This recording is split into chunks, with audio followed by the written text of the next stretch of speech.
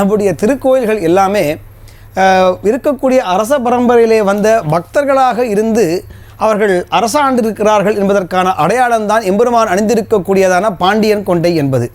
ஏன் பாண்டியன் கொண்டை இந்த திருநாளிலே சிறப்பாக சொல்லப்படுகிறது எண்ணி பார்த்தீங்கன்னா இன்னொரு ஆச்சரியமான ஒரு செய்தியை சொல்கிறேன். இப்போ இருக்கக்கூடியதான திருவரங்கம் என்பது சோழ தேசத்தை சேர்ந்தது இல்லைங்களா?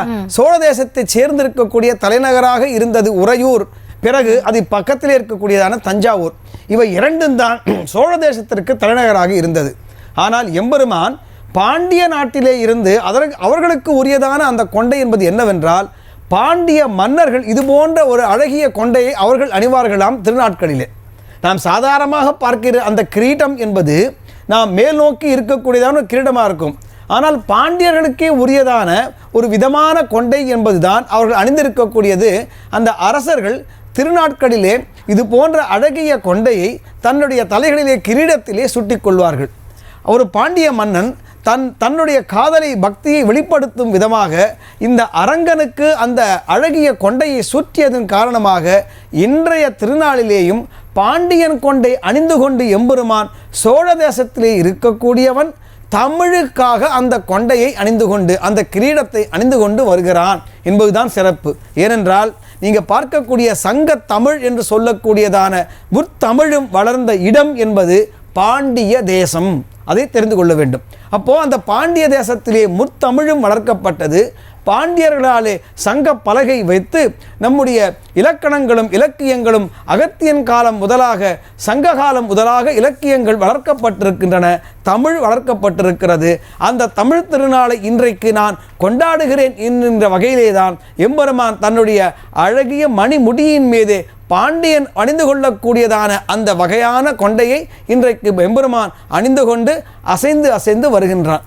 அதனால தான் பெரியாழ்வார் பாடுகிற அந்த அற்புதமான பாடலை எப்படி பெரியாழ்வாருக்கு எம்பெருமான் கூடலழகன் காட்சி கொடுத்தான் என்பதாக வரக்கூடிய பாடலைத்தான் நம்முடைய கலைமகன் அவர்கள் முதலிலே பாடினார். இந்த பல்லாண்டு பல்லாண்டு என்று பாடினார் பாருங்கள். அந்த பாடலை பாடுகிற பொழுது நாம் இறைவனுடைய அங்க அவயங்களிலே இருக்கக்கூடியதான அந்த அழகை அவர் வர்ணித்து பாடுகிறார். எப்படி பிராட்டி அவனுக்கு அருகிலே அரல்மேல் மங்கையாக இருக்கக்கூடிய பிராட்டி அவனுக்கு அருகிலே இருந்து சேவை சாதிக்கிறாள் என்பதாக அந்த அழகிய வாசகங்களை எல்லாம் நாம் பாடலாக கேட்டோம் அல்லவா?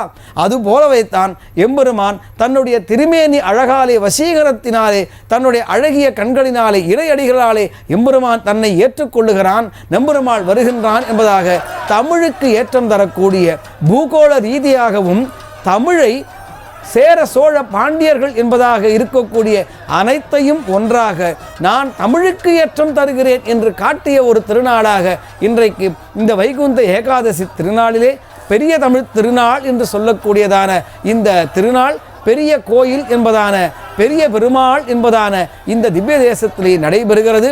இதோ எம்பெருமான் மெல்ல அசைந்து வருகின்ற அந்த திவ்ய காட்சியை திரையிலே நாம் பார்த்து கொண்டிருக்கின்றோம். காஞ்சிபுரத்திலேயும் இது நடைபெறுகிறது. இப்போ நாம் பார்க்கக்கூடிய காட்சி என்பது காஞ்சிபுரத்திலே இருக்கக்கூடிய அந்த வைகுந்த ஏகாதசி திருநாளை எப்படி எம்பெருமான் கொண்டாடுகின்றான் என்கின்ற வைபவத்தை நாம் திரையிலே பார்த்து கொண்டிருக்கின்றோம். இன்றைக்கு இந்த நியூஸ் தமிழ் தொலைக்காட்சிக்கு நாம் எப்படிப்பட்டதான நன்றியை தெரிவிப்பது என்றே நமக்கு தெரியவில்லை. ஒருவேளை ஏதேனும் ஒரு திருக்கோயிலுக்கு சென்று உள்ளே இருந்து எம்பெருமானை நம்முடைய புறக்கண்களினாலே நாம் தரிசித்திருந்தால் நாம் அந்த இன்றைய திருநாளிலே இன்றைய பொழுதிலே அந்த ஒரு கோயிலிலே இருக்கக்கூடிய எம்பெருமானை மட்டும்தான் நாம் தரிசித்திருக்க முடியும். செய்திகளை உடனுக்குடனும் துல்லியமாகவும் தெரிந்து கொள்ள சப்ஸ்கிரைப் பண்ணுங்க.